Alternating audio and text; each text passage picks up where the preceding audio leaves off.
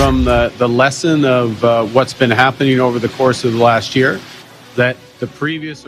Good evening. One of the largest defense contractors in Europe is making a play for a piece of this country's military. It is all in for automaking in Canada.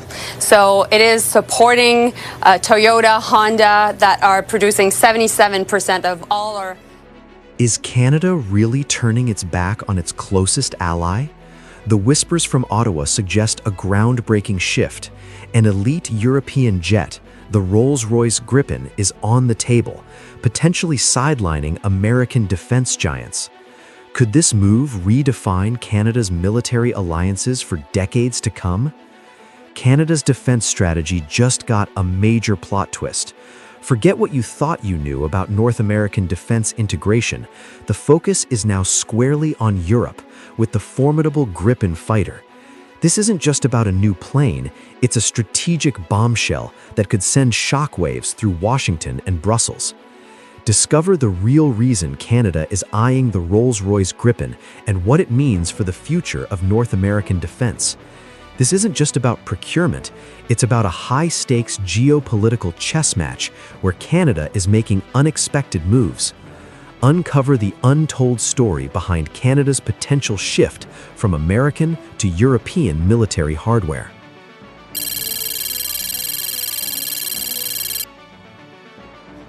For years, Canada's fighter jet decision looked settled, locked, signed, and moving forward. So why is the Gripen suddenly back in the conversation? At first glance, it feels like a story that should have ended already. Canada had evaluated options, weighed alliances, and appeared committed to a path aligned closely with North American defense structures. Yet today, defense circles are buzzing again, and the return of the Gripen to strategic discussions is raising eyebrows across both sides of the Atlantic. This isn't happening in a vacuum. Behind closed doors, military planners are confronting a rapidly changing security landscape. Arctic tensions are rising. NATO commitments are expanding. Modern warfare is evolving faster than procurement cycles can keep up. In that environment, even decisions once considered final can quietly reopen. Analysts are split. Some see the renewed interest as a calculated move, leverage in negotiations perhaps, a way for Canada to signal that it has options. Others believe it reflects something deeper, a growing desire for operational independence. The Gripen has long been marketed as a fighter designed for flexibility, lower operating costs, and sovereign control, qualities that appeal to nations wanting capability without overdependence. But critics aren't convinced. They argue that shifting attention towards a European platform could complicate interoperability with North American defense systems. In modern coalition warfare, compatibility isn't a luxury, it's survival. So the real question begins to emerge. Is Canada simply exploring alternatives or quietly redefining its defense identity? Because this story was never just about selecting the best aircraft. It's about how Canada sees its role in a world where alliances are evolving, great power competition is intensifying, and middle powers are increasingly expected to carry more of their own weight. Choosing a fighter jet is, in many ways, choosing a strategic future. And if the Gripen is truly back on the table, then Canada may be signaling that its defense philosophy is shifting from automatic alignment towards calculated autonomy. The gambit has begun.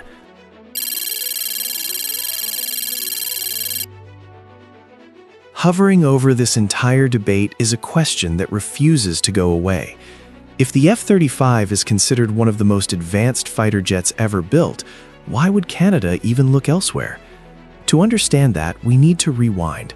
Canada's journey with the F-35 has never been straightforward. What began as early participation in the program gradually turned into years of political debate, budget scrutiny, and public accountability battles. Governments changed, priorities shifted, reviews were launched, paused, and relaunched again. This wasn't indecision for the sake of it, it reflected a deeper national dilemma. How do you balance cutting-edge capability with financial responsibility? Because the F-35 isn't just a fighter jet, it's an ecosystem. Its stealth, sensor fusion, and network-centric warfare capabilities place it firmly in the next generation of combat aviation. In high-threat environments, it doesn't just fight, it sees first, connects faster, and strikes smarter. But dominance comes at a price. Critics have long pointed to life cycle costs, not just procurement, but decades of maintenance, upgrades, and logistical dependence. Advanced technology often means advanced expenses, and for a country managing vast geography with a relatively modest defense budget, sustainability matters just as much as raw power. This is where the Gripen enters the conversation again, not necessarily as a superior jet, but as a different philosophy. Supporters highlight lower operating costs, faster turnaround times, and the ability to operate from dispersed locations, a feature some strategists see as valuable in Arctic or contingency scenarios. There's also the argument of industrial participation and greater domestic control over certain technical aspects. So the debate quietly shifts from which jet is stronger to something far more strategic: which jet fits Canada's long-term reality? Yet capability isn't the only variable here. Interoperability may be the most sensitive factor of all. Canada doesn't defend its skies alone. Through deeply integrated defense structures across North America, coordination is constant, immediate, and non-negotiable.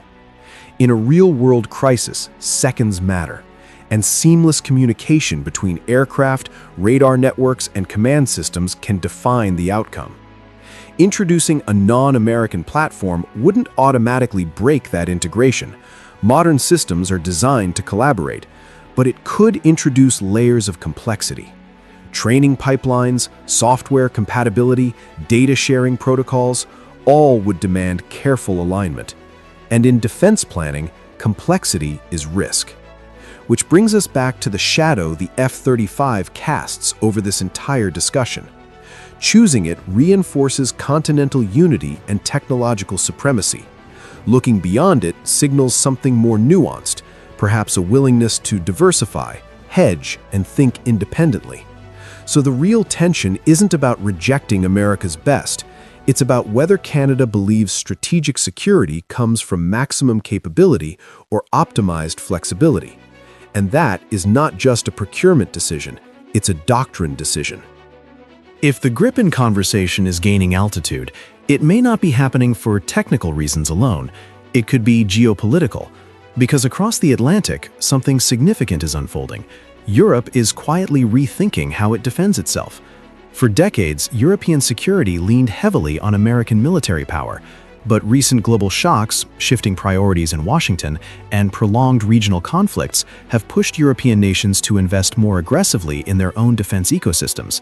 Strategic autonomy, once a policy buzzword, is now edging toward reality. So where does Canada fit into this changing equation? Traditionally, Canada's defense posture has been anchored firmly within the North American sphere, but Ottawa has never seen itself as just a regional actor. It has long balanced a dual identity, geographically tied to the US, yet historically and politically connected to Europe. A fighter partnership with Sweden wouldn't automatically redraw alliances, but symbols matter in geopolitics, and procurement choices often speak louder than diplomatic statements. A European platform could signal that Canada is comfortable broadening its strategic relationships, not replacing old ones, but complementing them. Then there's the economic dimension, one that rarely grabs headlines but heavily influences defense decisions. Modern fighter deals are no longer simple purchases, they are industrial partnerships. Saab has traditionally emphasized technology transfer, local production opportunities, and domestic industry participation in its export pitches. For Canada, that raises an attractive possibility. Defense spending that circulates back into the national economy, supports high-skilled jobs, and strengthens aerospace capability at home. Canada doesn't defend its skies alone. Through deeply integrated defense structures across North America, coordination is constant, immediate, and non-negotiable. In a real-world crisis, seconds matter, and seamless communication between aircraft, radar networks, and command systems can define the outcome. Introducing a non-American platform wouldn't automatically break that integration. Modern systems are designed to collaborate, but it could introduce layers of complexity. Training pipelines, software compatibility, data sharing protocols, all would demand careful alignment. And in defense planning, complexity is risk. Which brings us back to the shadow the F-35 casts over this entire discussion. Choosing it reinforces continental unity and technological supremacy.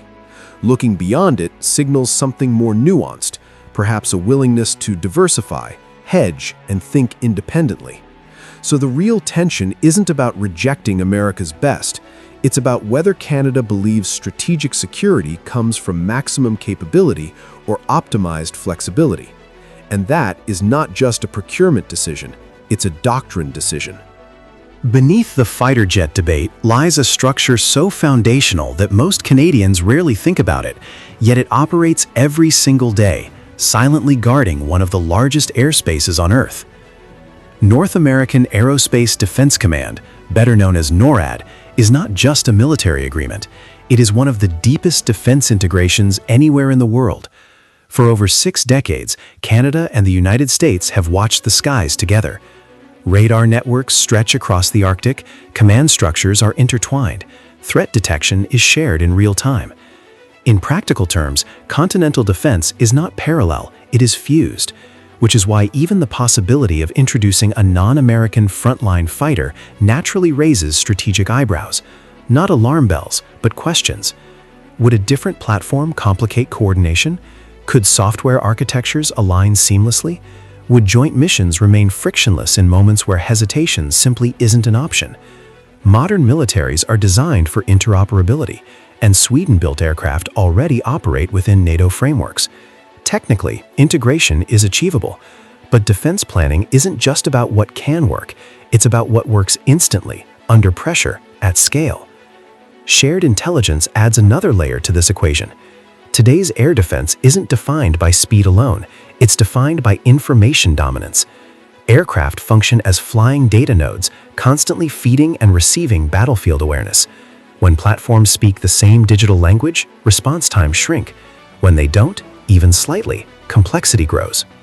And complexity, in security doctrine, is something planners try relentlessly to eliminate. Yet stepping back reveals a bigger strategic possibility. What if this isn't about deviating from continental defense, but strengthening it differently? Military thinkers increasingly warn against over-reliance on any single system or supplier. Resilience now means diversification, ensuring that if one supply chain falters, another holds. From that perspective, exploring multiple defense partnerships could be seen less as a shift away from North America and more as an insurance policy for an unpredictable century. Because the threats Canada faces tomorrow may not resemble the ones it planned for yesterday. Hypersonic weapons, autonomous systems, gray zone aggression, rapid technological disruption. Future wars may reward nations that are not just powerful, but adaptable. So perhaps the real question isn't whether Canada is drifting from its continental commitment. It's this: is Ottawa preparing for a defense environment where adaptability becomes the ultimate deterrent? After all, alliances remain strongest not when they resist evolution, but when they evolve together. And if Canada is recalibrating anything, it may not be loyalty, it may be readiness.